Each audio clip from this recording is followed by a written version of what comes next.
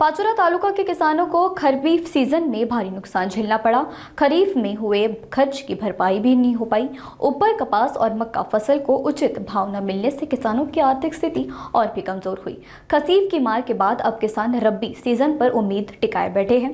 तालुके में रबी की पैजनियान में रफ्तार पकड़ ली है और किसान एक बार फिर से बेहद उत्पादन के साथ ही खेती में कार्यरत हुए। बढ़ते खर्च और मजदूर उपलब्ध में कमी को देखते हुए किसान अब कृषि यंत्रीकरण की ओर बढ़ रहे हैं। मशीनों के उपयोग से काम तेज करने और खर्च कम होने के जैसे समय और पैसों की बचत हो रही है।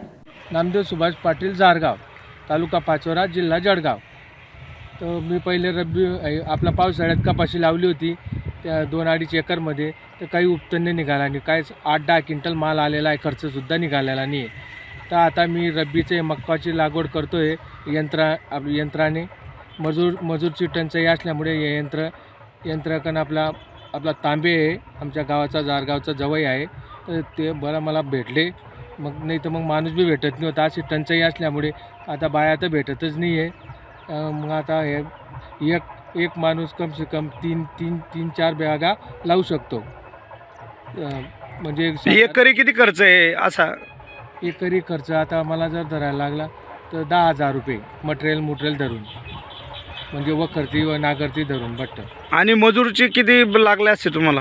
मजूरला मला लागले असते तरी 6-7 बाया राहिल्या तर 7-2100 रुपये लागले असते बा असं। आणि यंत्राने किती लागताय आता खर्च? यंत्राने आता ते तांबेला मी 500-600 रुपये देऊन देईल, म्हणजे बचत होते बा। हा, बचत होते बा। आता मजूर बी भेटत नाही, यंत्रीकरणाचा फायदा होतो। यंत्रकरणाचा फायदा आहे। काय सांगाल इतर शेतकऱ्यांना तुम्ही संदेश? तर शेतकऱ्यांना मी सांगू शकतो की या आधुनिक यंत्राची लागवड एकदम आणि असं चाच उगतं, 9 इंचावर खोल बी जातं। आपलं मजूर तरी बाया उघडे ठेवून देता, बुजत नाही, ते उगवण शक्ती होत नाही। मग याच्याने उगवण शक्ती बी एकदम 100% होते।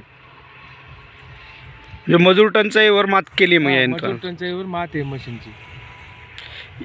दिवसाला किती एकर होतं हे? दिवसाला 2-2.5 एकर होऊ शकतं, जर चांगलं सकाळपासून 8-9 वाजेपर्यंत चाललं तर।